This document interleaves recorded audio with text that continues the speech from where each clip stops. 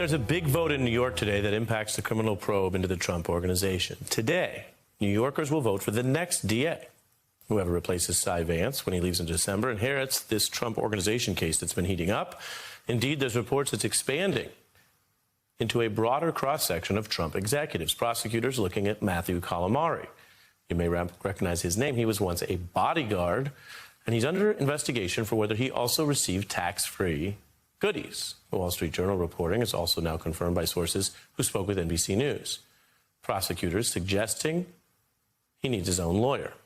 And now they have one. The report showing that Calamari and his son have tapped a new lawyer. There's red hot heat also on the CFO of the organization. Prosecutors working on getting Alan Weisselberg to flip and give up evidence. Now, without Weisselberg's cooperation, the Washington Post has noted it's also unclear whether prosecutors would be able to establish required intent on Trump's part for crimes.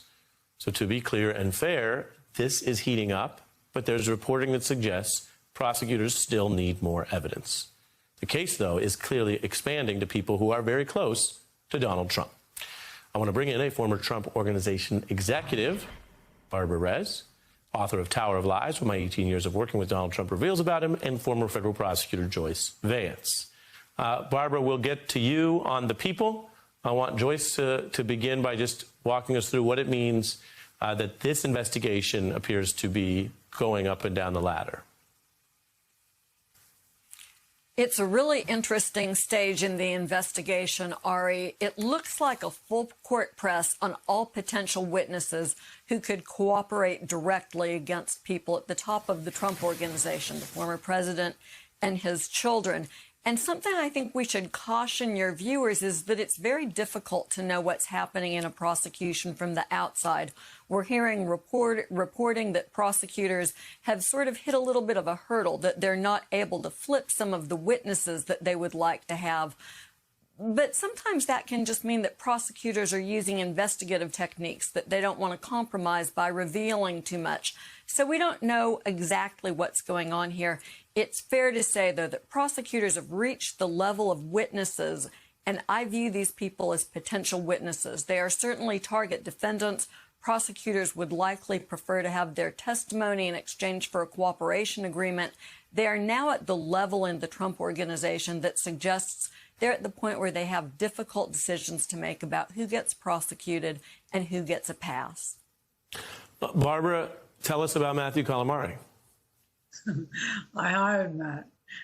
Trump picked him, met him at a U.S. Open. He was working temporary security, and he pulled some kids out of the way that were sitting in someone else's seat and impressed Trump. And he got his card, and he told me to put him on as head of security on Trump Tower, and that's what I did. And he's a security guy, I guess. The next thing I know, he's the COO. I mean, it's wild. So, I mean, it shows the bumps. So he goes from a casual run-in to a serious position. I mean, you hire someone for security, you better hope you vetted them and they're on the right side of things. And from there, you say he goes into becoming an executive. So what does that tell us about the way this place runs and whether Calamari knows anything that investigators want to know? Okay, let me say that when they say Weisselberg knows where the bodies are buried, that's, a euphemism. Calamari knows where the bodies are buried. He's been with Trump through thick and thin, every single move that Trump ever made. Matt's been there, or someone else, but usually Matt.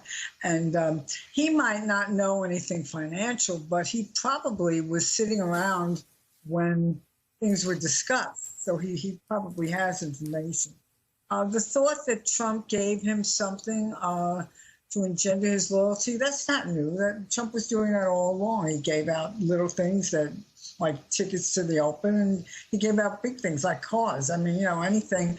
It was all chits. It was all to collect back, loyalty or favor or something like that. That's sort of the way, like a godfather. So I don't doubt that Trump gave Matt different things. We'll find out. But we know one thing for sure. He gave his son a job. And that's a big deal. So, for anyone that, and he's done that with others, for anyone that gets a job for their child that works for Trump, it's an automatic loyalty and do everything I say. Because if you don't, not only do you get fired, but your kid loses its position. Right. It locks them in extra, which, as you say, is more synonymous with other types of organizations. You know the term standing tall, Barbara? I think so, yeah. Yeah, I mean, Weisselberg's been standing tall to the investigators up to this point, according to all evidence we have, including basic indicators like he keeps showing up to work. If he'd cut some deal and quit, it would look different. Is Calamari also the type to stand tall? Probably more so even than Allen, but I don't think either one of them will go to jail, to be honest with you. Now, I know them both very well. They're not the kind of people that, you know, Trump is usually associated with, like, what's his name, Roger Stone, or the other guy. Roger Manafort. Manafort, yeah. They're regular people. I mean, they have probably been contaminated and probably, you know, been brought in and drawn into, you know, all sorts of things. But I think that the notion of going to jail is something that would be anathema to both of them, especially Weisselberg, if his kids are involved. And, you know, I don't know, Joyce would know what kinds of things prosecutors will do to get someone to flip, as it were. I can imagine that they have the ability to say, I'll go after you on your taxes. I'll go after you for not reporting this. I'll go after you for the apartment I gave your son. If that happens, I think it all folds in. Joyce? Well, Barbara makes a really good point here. We don't know exactly what prosecutors are thinking about charging, so we don't know exactly what sort of deals are available. But the best deal for someone in Weisselberg's position, really many defendants that I've encountered, is if they have a child who's got criminal exposure, if they have a child who may end up going to prison. The deal that they are often willing to take is a deal that will save their child. They are willing to go to jail themselves to see that happen, to go to prison themselves for a significant amount of time, so long as their child doesn't have to. And in this situation, that means telling the truth, testifying about what they know, whether it's actual or simply theoretical bodies that are buried someplace. And it looks like that's exactly the strategy that the Manhattan DA's office is using. Something that you started out by flagging, Ari, is the fact that there's a time clock ticking in the Manhattan DA's office. The election is upon us. Cy Vance is likely looking to cap his career. And it seems to me that you don't put all of these resources into this investigation only to come up empty-handed as the very last thing that you do as the district attorney in Manhattan.